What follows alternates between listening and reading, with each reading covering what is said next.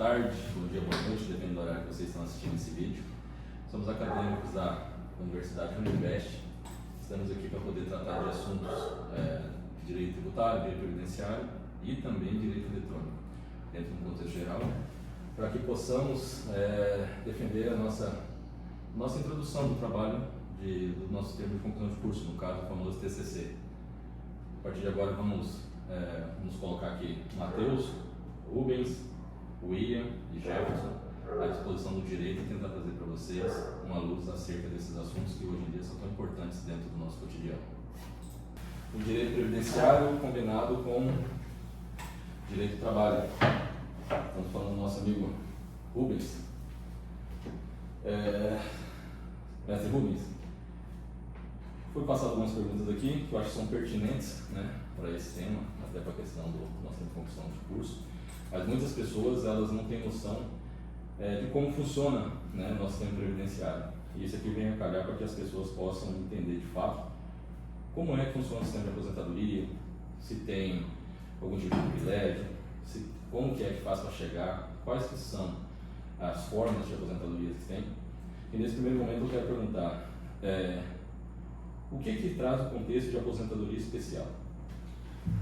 Bom, a aposentadoria especial ela é uma forma de fazer prevenção da vida e da saúde do trabalhador, certo? A Constituição Federal, no seu artigo 7º, inciso 27, ela diz que é direito do trabalhador à aposentadoria. E o artigo 201 da Constituição Federal, ela elencou agentes nocivos nos quais os trabalhadores brasileiros trabalham expostos, onde reduz o tempo de exposição desse trabalhador para 25 anos, por exemplo. O nosso tema que a gente vai trabalhar hoje sobre aposentadoria especial é sobre o agente ruído.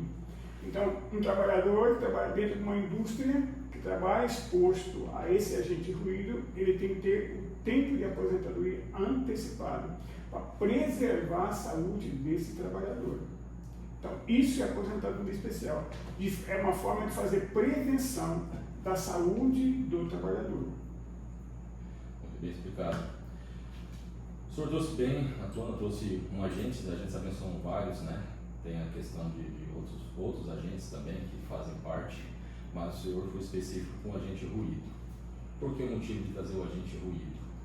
Porque o ruído é um agente nocivo que ele traz várias complicações para a saúde do trabalhador. Só para você ter uma ideia, desde 1960 no Brasil exige-se laudo para concluir que esse trabalhador tem direito a essa aposentadoria especial. E é o agente nocivo que mais o INSS, juntamente com a Receita Federal, exige das empresas para fazer uma gestão mais efetiva para preservar a saúde do trabalhador. Por quê? Além da surdez, ele traz outros danos para a saúde do trabalhador, que a gente vai falar um pouco mais para frente. Correto. Os reflexos da aposentadoria especial para os trabalhadores e para as empresas, o que se reflete nessa questão? Tem algum tipo de documentação que as empresas têm que se atentar, que tem que ter, que também os empregados, eu acho que eles também têm que ter acesso ao direito que eles têm, às vezes nem sabem dessa documentação. Tem uma documentação específica que deve ser feita pela empresa para poder manter esse direito do funcionário? Perfeito. O direito do trabalhador, desde quando ele começa a trabalhar dentro de uma empresa, na elaboração do contrato de trabalho, ali já nasce o direito dos trabalhadores. É um direito de todos os trabalhadores no Brasil, de ter seus direitos garantidos. E muitos desses trabalhadores estão tendo seus direitos cerceados. Primeiro que ele está trabalhando exposto a esse agente nocivo, que ele vai contrair uma doença tipo, como eu já mencionei anteriormente, a perca da audição. Só que traz outros problemas, por exemplo, os coronários, hipertensão desse trabalhador, que também pode provocar um AVC desse trabalhador, infarto. Então são outras consequências que muitas vezes não são mensurados e que esse trabalhador está trabalhando exposto a esse agente nocivo e ele vai sofrer essas consequências na sua saúde.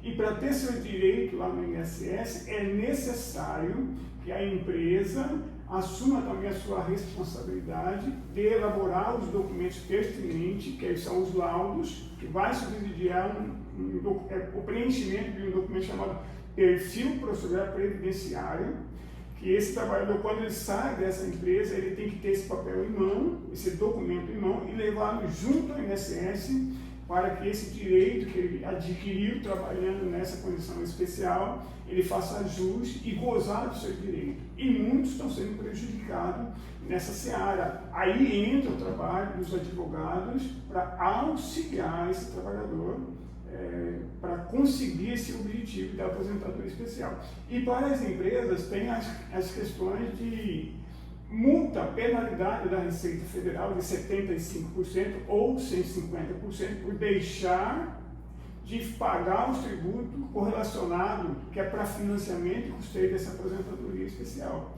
Porque essa exposição ela traz responsabilidade principalmente para o empregador, para o direito do trabalhador. Em contrapartida, essa diminuição de tempo de aposentadoria de 25 anos, ela tem que ser custeada. O governo não pode custear isso. Quem deve custear isso é quem expôs o trabalhador nessa condição.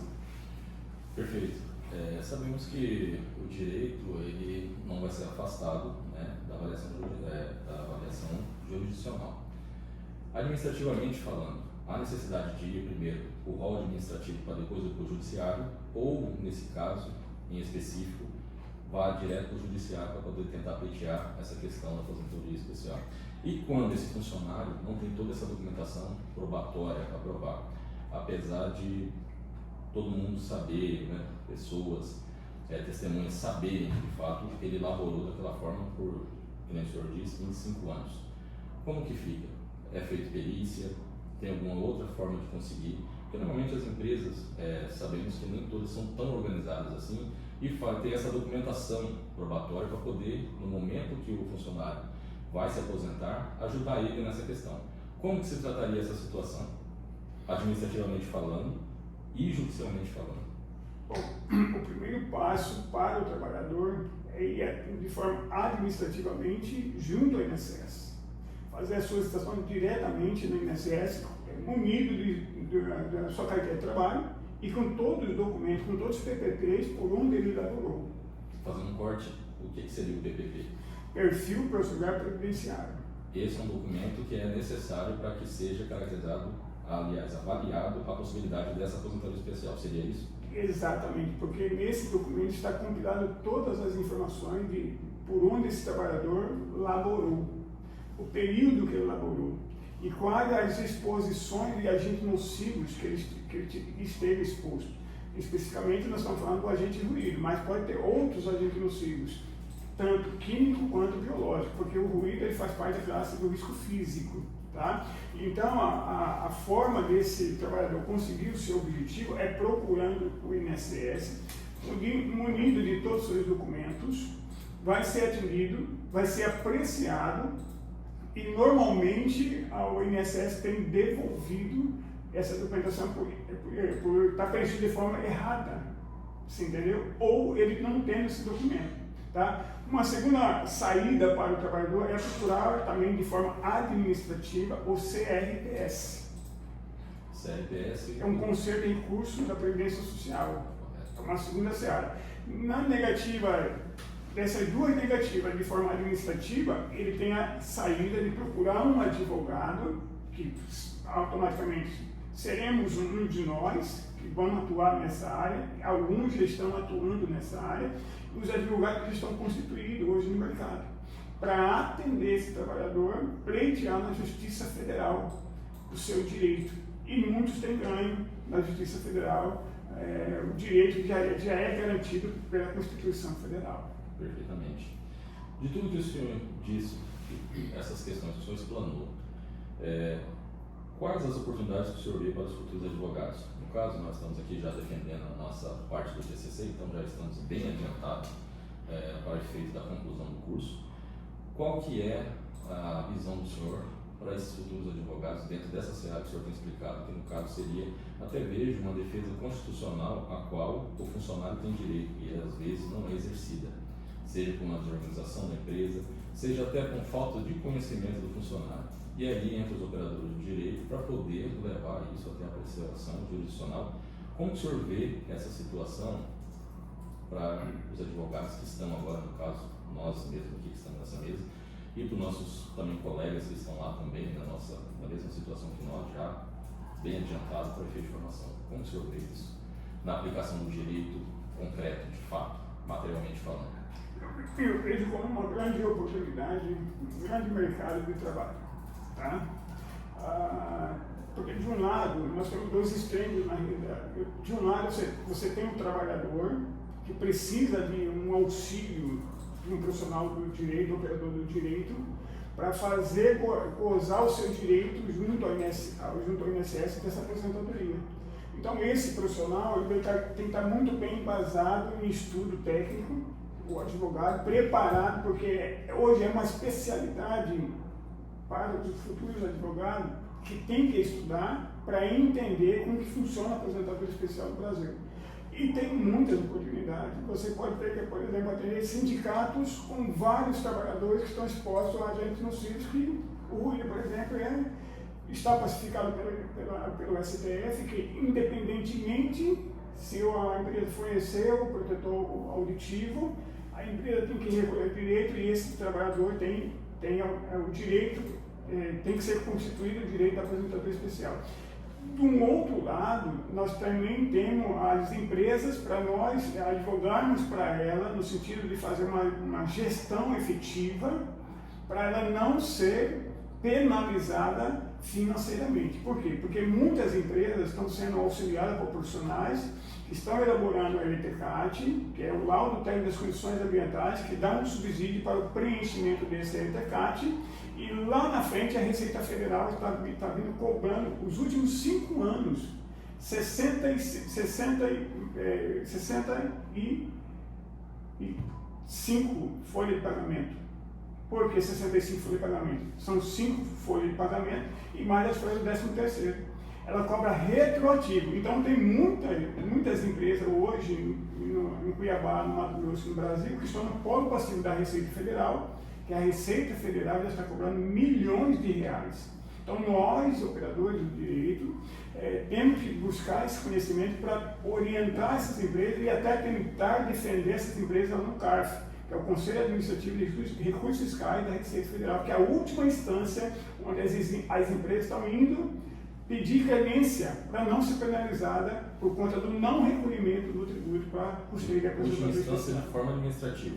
De forma administrativa. E muitas dessas empresas hoje no Brasil estão perdendo os recursos lá. Tem que pagar. Tem que pagar porque ela foi mal gestada, foi mal orientada. Por quem? Pelos profissionais de segurança do trabalho, pelos contadores, pelos gerentes de departamento pessoal e também pelos advogados. Porque quando contrata o trabalhador, essa seara da segurança do trabalho, ela migra para a Receita Federal. Então é um tripé: trabalhista, previdência e Receita Federal, que é estritamente tributário. Então existe um mercado vasto para ser explorado ainda na seara da aposentadoria especial. Mas todo esse conhecimento que o senhor trouxe à tona aqui para a gente, colocando-se à disposição das empresas para que o senhor possa fornecer esse trabalho, tem sido bem aceito ou tem uma certa resistência das empresas referente a essa situação? Tem muita resistência, por quê? Porque o empresário está mal assessorado. Porque aqui no Brasil existia uma forma de você fazer a gestão em segurança do trabalho de forma cartorária, só gerar documento e colocar na gaveta, para atender somente uma parte da fiscalização que era o Ministério do Trabalho. E não sabendo que a parte, desde 2011, através da Lei 11.457, a Receita Federal, ela ficou, por conta da super-receita, ela ficou no encargo dela de arrecadar todos os recursos pecuniários para custeio da aposentadoria especial, tudo que gera benefício no INSS. Aí quando você chega na empresa para oferecer um serviço consistente juridicamente falando, o empresário ele não pode atender, ele delega para o gerente ou o diretor da empresa ou de repente até para o contador. E muitas vezes nós demonstramos, através de estudo, de pesquisa e documentos, que aquele trabalho está fragilizado e que requer uma contratação de uma mão de obra especializada, para não sofrer danos maiores lá na frente, porque a Receita Federal está cobrando, vai continuar cobrando e tem muita oportunidade para frente. Bem, nosso tempo ele é um pouco escasso, acho que é um assunto que nós poderíamos aqui, se nós fôssemos ficar aqui falando praticamente o resto da tarde, entrar pela noite e pela madrugada, mas tem os demais para tratarmos. Creio que deu para dar uma explanada muito boa para as pessoas entenderem, né? Inclusive os nossos pares que vão assistir aqui também. Creio que seja depois, a gente podemos fazer um podcast trazendo a gênese dessa situação, como que é que ela de fato opera, trazendo pautado, mas deu para todos terem uma ideia de como funciona, de como está a situação, de como está o mercado nesse momento. Então, parabéns ao mestre Rubens e vamos para a próxima, tem mais. Obrigado. Continuando com o nosso tema de PCC, já estamos prestes a entregar esse trabalho para concluir o nosso curso. Jefferson, do que se trata o princípio da pecúnia non-leve? Bem, eu trouxe esse assunto até porque entra na nossa área, que é uma área que eu trabalho, que é a parte do direito tributário. E normalmente tem muitas pessoas que não conhecem, até se você for conversar com um estudante de direito, né, porque o tributário nosso já está lá no final, então, e nem sei às vezes se o professor vai trazer esse tipo de informação, então achei por bem trazer. É um tema assim, que ele tem assim uma certa sedução, né, digamos assim, pelo contexto que é aplicado dentro do direito tributário. Essa questão do... Primeiro, a gente tem que definir o que é tributo. Tributo nós temos lá no artigo 3º do CTN, que é toda prestação pecuniária compulsória, né, instituída em lei, tem que estar ali ser instituída em lei, não pode ser sanção de ato ilícito. Então aí vem aquela dualidade. Pô, aí você vai falar do pecúnia non olé, tributar atos ilícitos, e dentro do próprio CTN fala que não pode ser atividade ilícita. Só que vamos colocar assim, todos nós aqui laboramos de forma, né, honesta, temos nosso trabalho, ganhamos nosso dinheiro de forma lícita. E por isso nós pagamos impostos. Desde que nós pegamos e oferimos renda e lá dentro do teto, automaticamente estamos obrigados a imposto de renda. Por uma questão de equidade, não seria justo alguém que pratica atos ilícitos oferir renda e pela questão da renda ser um ato advindo de ilicitude, você não tributar. Aí entra a questão da pecúnia non olé, que nada mais é do que o imperador Vespasiano, na Roma Antiga, estava ele e o filho dele, né, Tito, olhando lá, e tinha coleta de urina que era feita, e coleta de couro ali, para ressecamento de couro. O Tito, filho de Vespasiano, perguntou para ele como que ele conseguia pegar, né, e pegar aquelas moedas referentes a essa situação que para ele era porca, né, nojenta. E aí o que o Vespasiano fez? Ele pegou uma moeda e jogou para ele, falou cheira. Aí ele cheirou e o Vespasiano perguntou, tem cheiro então? Então ele falou, aí onde o Vespasiano fala, dinheiro não tem cheiro. Então, por uma questão de equidade, o que nós temos que fazer? Dentro do CTN, né, dentro do nosso próprio Código Tributário Nacional, dentro do artigo 118 ali, ele traz que mesmo as atividades ilícitas, porque qual que é o fato gerador do tributo? O fato gerador do tributo é você oferir renda. E querendo ou não querendo, mesmo que de forma ilícita, você oferiu renda. Então, se você oferiu renda, não é justo quem trabalha de forma lícita pagar imposto e aquele que está fazendo ali, trabalhando de forma ilícita, não pagar. Então, por essa questão da pecúnia non olé, tanto os atos ilícitos são tributados normalmente pela Receita Federal, tanto é que quando você vê aquelas grandes operações que levantam aquele montante de bem, tudo tem que ser tributado. Além de ser expropriado pelo Estado e depois ser passível de digamos assim, de fazer leilões, que eles vão fazer isso aí para ser revertido em prol do poder público, políticas públicas, essas coisas, a parte também de renda que for demonstrada que ele oferiu vai ser tributada normalmente pelo imposto de renda. Entendi. Então, qualquer pessoa que comete um ato ilícito aqui no Brasil, tipo venda de droga, roubo de carga de cigarro, por exemplo, outros gado, por exemplo, roubado, vender, se a polícia pegar, vai auferir o dinheiro que isso foi gerado para depois cobrar tributo em cima disso? A autoridade policial ela não vai constituir tributo, mas então só ela vai fazer o quê? Ela vai fazer o levantamento desses bens, o arresto desses bens, para saber o que é que deu. Nesse contexto vai ser passado o quê? Receita Federal, né, o órgão competente para poder fazer a análise desse tributo, vai entrar e fazer uma análise de quanto de renda, de fato, essa pessoa oferiu. E mediante isso, além das sanções penais que vai ser aplicada ao fato, também vai ser aplicada as sanções tributárias. Ele vai ser multado normalmente. Por quê? Por que ele vai ser multado? Por que ele vai ser multado? Porque ele escondeu renda. Não é só a questão do tributo em si, tem a sanção pelo ato ilícito também, que é o quê? Sonegar. Certo?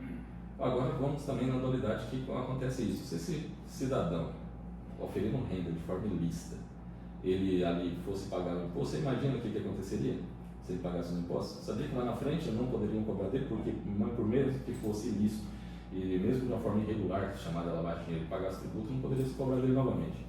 Dá para você ver como é que fica uma questão de dualidade quando tem essas questões assim, dessas questões ilícitas dentro do contexto tributário. Então, para poder nós não sermos penalizados enquanto trabalhadores que trabalham de forma lícita, pagando tributos, movimentando a economia do país, movimentando também, cuidando da saúde, movimentando para que as políticas públicas possam ser instituídas pelos governos e nós segurarmos toda a carga nas nossas costas, os atos ilícitos também têm e devem ser tributados por uma questão, volto a frisar, às vezes pode ficar até repetitivo, questão de equidade, tem que ter uma equidade tributária, né? Até porque a nossa situação tributária hoje ela é muito regressiva. O que é regressividade? Regressividade nada mais é do que aquele que tem menos paga igual quem paga mais. Uma coisa, vamos supor, uma pessoa que ganha um salário mínimo, uma pessoa que ganha 10 mil reais. Para quem que a carga tributária vai chegar maior, vai prejudicar mais o poder de compra? Para aquele que ganha um salário mínimo. Aquele que ganha 10 mil reais vai ser ínfimo, vamos supor, um pacote de arroz para quem ganha um salário mínimo, o valor vai ser absurdamente maior do que aquele que ganha 10 mil reais. Ele não vai fazer nenhum, digamos, nem costa no salário dele. Então, para essa questão de regressividade, você imagina, se alguém que está trabalhando licitamente, ganhando um salário mínimo, está pagando imposto, ele paga nos impostos pelo consumo, por que alguém que está oferindo via atos ilícitos não deve pagar tributo? Deixa eu aproveitar a oportunidade que a gente está vendo no nosso país sobre a questão do desvio de dinheiro do INSS por várias pessoas que foram beneficiadas por esse dinheiro que tiraram dos aposentados. Várias pessoas, deputados, pessoas envolvidas com empresas, esse dinheiro de forma ilícita, não é isso? Justamente, ilícita. Tá. Esse dinheiro ilícito que essas pessoas pegaram, colocaram no seu cofre, ele vai ser tributado e também ele tem que ser resgatado para colocar no cofre do governo? Tem que ter aquela questão da chamada rastreabilidade. Vai ter que ver quem foi que oferiu renda, para quem que foi e qual o montante que esse indivíduo dentro dessa cadeia de corrupção que se instituiu dentro da nossa, podemos colocar dentro da nossa república, né? Porque isso aí é uma situação que está dentro da república, né? Está lastrada. Está lastrada dentro da nossa república. Esses valores, desde que seja rastreabilidade, vai ser com certeza aplicado à parte tributária, a essa ilicitude desses ganhos. Então, só que daí você fala, mas rastreabilidade, eu tenho que saber até o último centavo que o cara teve de fato de oferecimento? Não. Existe uma coisa chamada arbitramento. A Receita Federal por arbitramento vai ver mais ou menos como que foi feito, como se deu, para quem foi, e em cima desse arbitramento ele vai aplicar com certeza a parte tributária. Se não fizer, está se omitindo. E a atividade tributária ela é ato vinculado ao que? A lei. Se o CTN fala que o artigo 118 tem que ser aplicado, o princípio da pecúnia non olé, e atos ilícitos devem ser tributados, a Receita tem a obrigatoriedade de fazer o levantamento disso e aplicar imposto de renda sobre esses atos ilícitos. Então, está aí a vinculação quando se fala que o tributo ele é ato administrativo vinculado. Vinculado ao que é a lei. Ele não pode desviar nem para a direita nem para a esquerda e ele também não pode deixar de cobrar tributo por uma mera liberalidade dele, porque ele não quer cobrar porque ele não quer. Não. Ele está obrigado por lei a fazer a cobrança do tributo. Então vai ter que ser feita a rastreabilidade, ver quanto que cada um desses indivíduos aí oferiu de renda ilícita de fato e vai ser aplicado com certeza a tributação que lhe é de direito. Bom, pessoal, então aqui é nosso mestre Jefferson, que deu uma aula sobre dinheiro não tem Cheio. Bom, pessoal, dando continuidade então ao nosso trabalho do projeto integrador, que faz parte do TCC1, a gente vai agora ouvir um pouco sobre o tema do William. William, explica para nós um pouco do seu tema. Bom, o meu tema trabalha sobre deepfakes íntimos. O que é deepfakes íntimos? Deepfakes íntimos nada mais é que pegar uma imagem de uma pessoa humana, e colocar num vídeo íntimo. E aí pega-se esse vídeo e divulga nas redes sociais e até vende em plataformas a imagem dessa pessoa. Essa pessoa não sabe que isso aconteceu e começa a ser prejudicada, tanto no trabalho como na família, no seu relacionamento. E assim acontece o deepfake. Entendi. Então, o deepfake, o que são os deepfakes íntimos, então? E por que você acredita que eles representam uma ameaça tão grave à dignidade das pessoas? E dentro desse contexto, você acredita que a legislação brasileira atual ela consegue punir quem cria ou divulga deepfakes de conteúdo sexual? Você acha que existe uma lacuna no nosso direito brasileiro em relação a isso? Sim, existe uma lacuna, porque a IA, antigamente as edições eram bem limitadas, né? A pessoa, para fazer uma edição da sua imagem, fazer uma combinação, era muito limitada. E demandava técnica, conhecimento amplo de informática e tempo, né? Hoje, com o uso da inteligência artificial, isso ficou prático. A pessoa coloca uma pequena frase, pega uma imagem, ela faz uma edição rápida, né? Igual essa eu fiz aqui em 1 minuto, vocês viram, e pronto. A imagem já está sendo divulgada, todo mundo está vendo, e como eu falei, ela pode ser divulgada em plataformas. Então a pessoa ela ganha dinheiro com a imagem de outra pessoa, e aquela pessoa não sabe, ela fica prejudicada. Tem pessoas que perdem o seu relacionamento porque ela é muito real. Então o que acontece? Vou cortar essa parte. Não, tá bom. Não. Eu vou te ajudando um pouco. Eu entendi, ficou bom. Mas agora é porque... Continuando.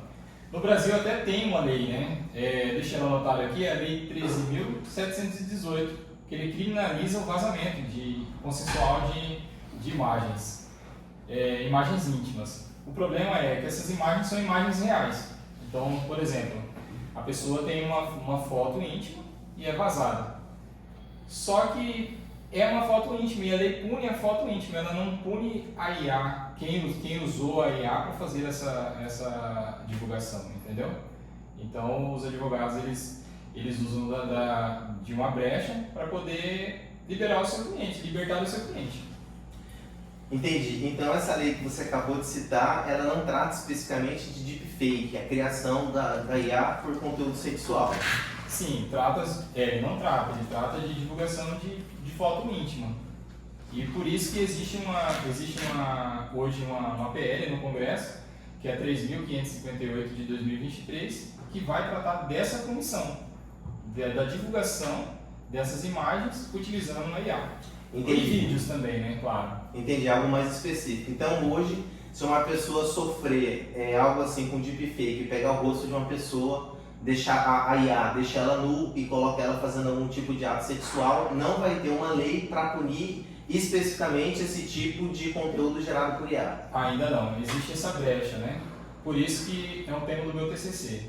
É um tema importante que tem que ser tratado porque o uso da IA está discriminado, está sendo usado para tudo e inclusive para isso, né? Para prejudicar pessoas que nem sabem como estão sendo utilizadas a sua foto, se é por vídeo, se é por foto, e em plataformas digitais.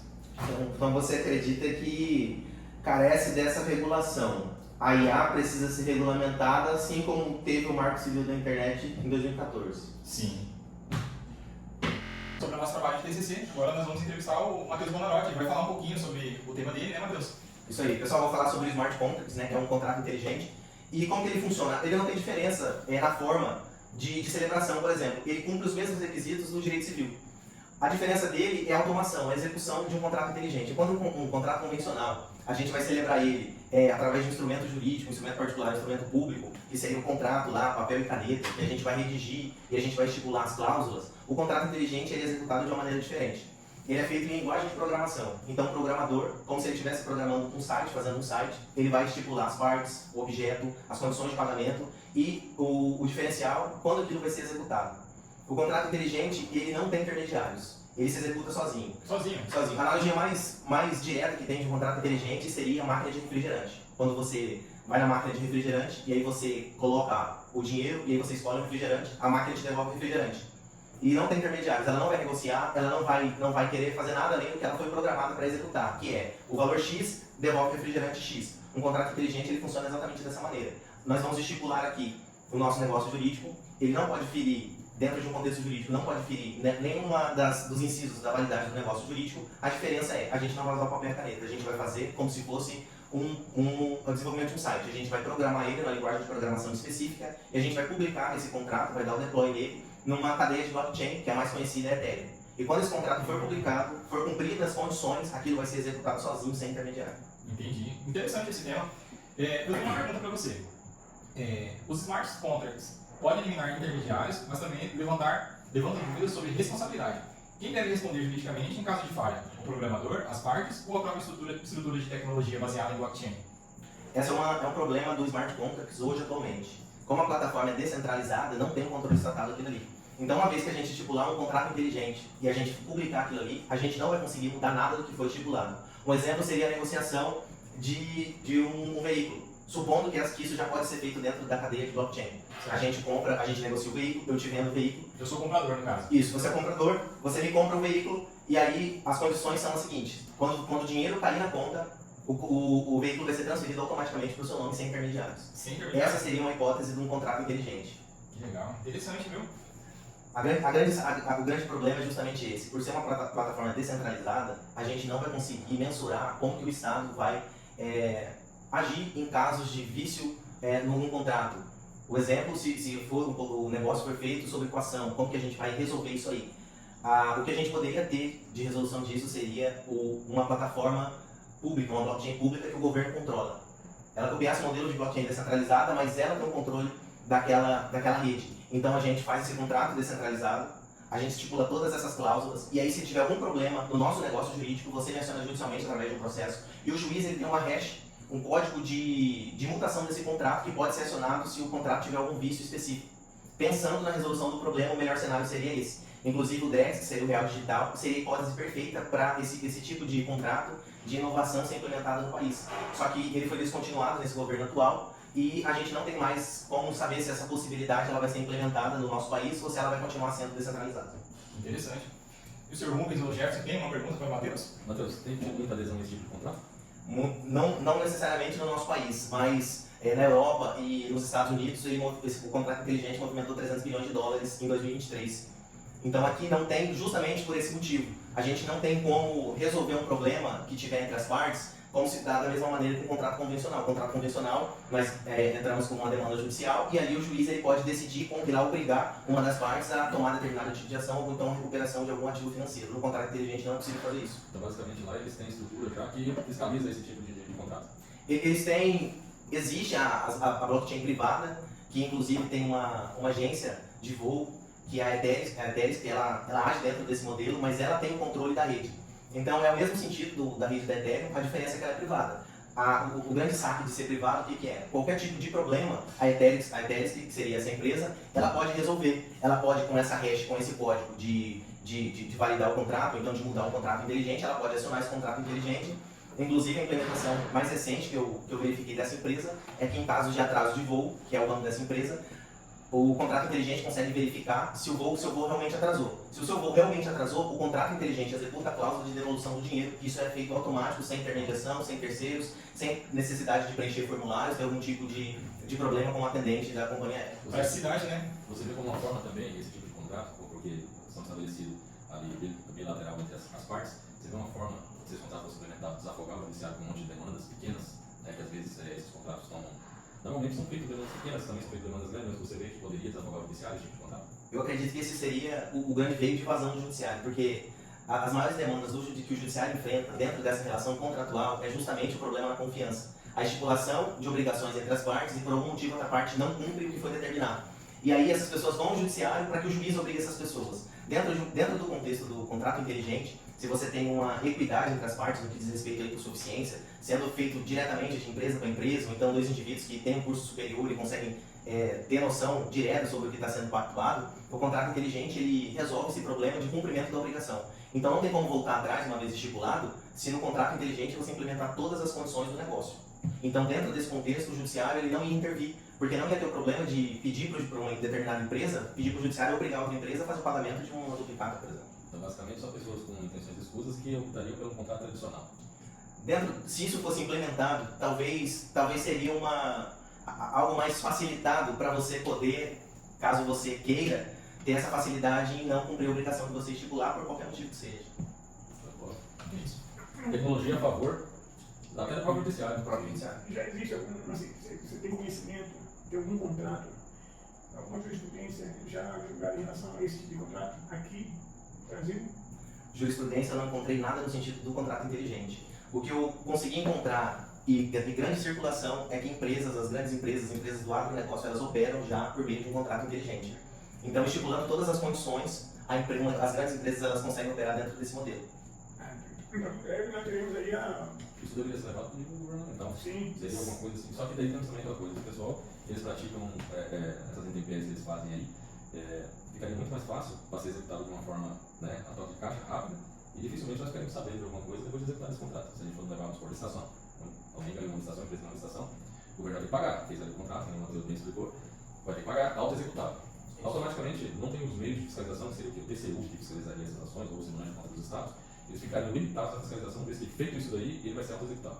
Inclusive, provavelmente, até buscando para si, já aquela receita referente àquele contrato firmado.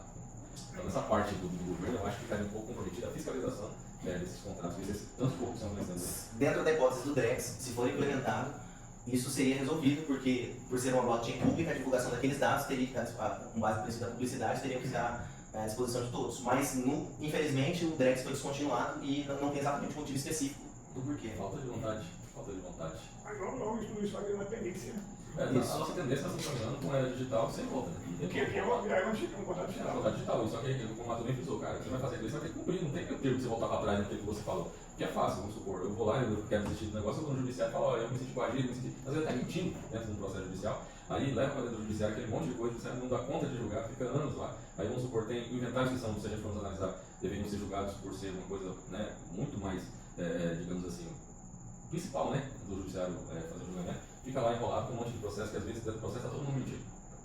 Esse negócio aí, não, meu amigo, você fez, não tem como voltar atrás, executou, acabou. Inclusive, a hipótese de, dentro da atualidade, da rede blockchain atual, eles incluem essas informações, e aí você poder fazer uma espécie de inventário inteligente, que seria uma espécie de testamento, ele dentro não aqui no Brasil, mas fora, há essa hipótese de você colocar sob custódia todo o seu ativo financeiro. Então você, como se fosse uma criptomoeda, como se fosse um Bitcoin, e aí você faz a custódia de todo o seu ativo financeiro e aí você implementa cláusulas testamentárias. Por exemplo, quando eu falecer e essa comunicação chegar na rede, vai ser transferido tantos por cento do meu ativo para cada conta, que no caso seria dos filhos ou para um terceiro. Então a pessoa ia poder beneficiar os filhos, ia poder beneficiar um terceiro. Quando ela falecesse, essa distribuição ia ser automática, não ia ter briga judicial, não ia ter nenhum problema jurídico em relação a isso. Então eu vejo assim, no futuro próximo, que isso aí vai ser a salvação para muitas questões desafogadamente judiciais. Se a gente for analisar esse tema que o Matheus tem A celeridade. é um tema muito peculiar, celeridade de tudo. Celeridade e outra coisa, certeza de cumprimento. Né? Exato. Porque hoje nós temos, até quando você faz um contrato, você não tem a certeza que de fato no final o cara vai cumprir. Você assinar no papel, aceita tudo, né? Aquela questão do papel, aceita tudo. E aí, vamos supor, você faz um contrato de honorário com o cara, você vai lá resolver o problema dele, mas ele vai te pagar se quiser, senão você vai ter que executar o contrato e esperar quanto tempo vai ser. Exato. Nesse caso aí que o Matheus falou, não. Exato. Contrato Fez? inteligente. Caiu. Na hora, cumprir as condições que você estipula na hora de programar o contrato, aquilo vai ser executado automaticamente. Continuando sobre o nosso trabalho de TCC, hoje eu estou com o Genilson. Ele vai falar um pouquinho sobre o tema dele, as características. Conta pra gente um pouco sobre o seu tema. Então, eu vou estar tratando agora aqui sobre a responsabilidade civil dos marketplaces na redação de consumo digital. Esse é um tema que está em ascensão no Brasil porque hoje o comércio eletrônico ele teve um crescimento muito rápido, onde as plataformas de marketplace, que são o Mercado Livre, Shopee e Amazon, tem se tornado um dos principais meios de consumo dos brasileiros. E essas plataformas elas têm feito o intermédio não apenas do anúncio, mas também do pagamento, do controle Na venda? da reputação dos produtos, das vendas, e muitas vezes eles têm gerenciado a entrega dos produtos, a parte da logística, né? Sim. E o Código de Defesa do Consumidor, ele foi instituído em 1990, ele não previa ainda um modelo de atuação desses marketplaces. Sendo assim, a doutrina e a jurisprudência, especialmente do STJ, passaram a enquadrar essas plataformas como fornecedores de serviços, já que elas lucram com as vendas, com os anúncios. E isso faz com que ela tenha uma responsabilidade direta dentro da relação de consumo. Entendi. Certo? Certo. A responsabilidade civil das plataformas se apoia principalmente no artigo 7º do Código de Defesa do Consumidor, que diz: havendo mais de um responsável pelo dano ao consumidor, todos responderão solidariamente. Isso significa o quê? Quando o marketplace e o vendedor participam da relação de consumo, ambos podem ser responsabilizados, mesmo que o problema tenha sido causado apenas pelo vendedor, certo? Entendi. Então, tanto a pessoa que comprou quanto quem forneceu é responsabilizado? Sim. No caso, se o vendedor não se responsabilizar pelo vício ou pela falha na prestação de serviço ou que seja um reembolso, a plataforma responde solidariamente por esse relação de consumo. A plataforma responde, entendi. Sim. E na parte do entendimento do STJ, as plataformas não são meros classificadores do produto. Eles trabalham também intermediando o pagamento, eles atuam na parte da logística e isso caracteriza ele como um prestador de serviço ativo. O marketplace ele tem um papel significativo porque ele faz com que o consumidor ele se sinta confiante de estar num ambiente seguro para poder estar fazendo a compra, para poder estar analisando os comentários, e isso traz uma responsabilidade para a plataforma, para o marketplace, certo? Entendi. Eu tenho algumas perguntas para você, eu acho que é pertinente para o seu caso, do seu tema de TCC. Quando o marketplace responde junto com o vendedor? Então, o marketplace ele responde junto com o vendedor quando ele participa ativamente da relação de consumo, intermediando o pagamento, classificando os comentários, as avaliações do produto, da venda e gerenciando a entrega do produto. Ah, entendi. Bacana. E sobre uma outra pergunta, né? Sobre a responsabilidade das plataformas, ela é automática? Como que funciona isso? Então, já nessa parte, tem uma diferença entre a plataforma que tem um intermédio na parte do pagamento, na parte da classificação, dos comentários, das vendas e na parte da logística. Posso te dar um exemplo como se fosse o Mercado Livre. Ele faz a parte de intermédio do pagamento, das avaliações, da devolução, do reembolso, da entrega. Aí ele tem uma responsabilidade automática. No caso de uma plataforma que apenas anuncia o produto, que ele tem o vendedor ali trabalhando de forma independente, sem o intermédio da plataforma relacionado ao pagamento, a gerenciamento da entrega, a avaliação dos produtos, essa responsabilidade não é automática, ela vai recair apenas ao vendedor. Ao vendedor. Ao vendedor. Então, digamos assim, que eu compre um iPhone 15 no Mercado Livre e ele vem com defeito, ele vem com vício. E aí eu quero pedir um reembolso, não gostei do aparelho, então está no meu prazo de 7 dias. Eu entro em contato. Quem que faz essa tratativa? Seria o Mercado Livre ou a pessoa que vendeu aquele produto? Eles respondem solidariamente? Então, num primeiro momento, você estaria fazendo essa tratativa junto ao vendedor. Junto ao vendedor. Se você não conseguisse ter uma tratativa de acordo solucionasse o seu problema, essa responsabilidade recairia sobre o Mercado Livre, porque ele faz o intermédio do pagamento, das classificações, diferente de um site que apenas tem os vendedores e eles divulgam o produto, fazem as vendas, mas sem intermédio da plataforma. Aí não é o caso de responsabilidade automática. Ah, entendi. Então eu fico bem amparado, né? Se eu compro um aparelho um alto valor, ou pode até ser um aparelho com menor valor, se eu tiver algum vício, algum problema naquele aparelho, eu consigo acionar o vendedor. Caso eu não consiga, eu posso acionar o Mercado Livre, digamos assim, né? Sim, funciona dessa maneira. Ficou bem claro para mim. E é isso, pessoal. A gente encerrou aqui a nossa apresentação. Espero que vocês gostem. Obrigado, pessoal. Até a próxima.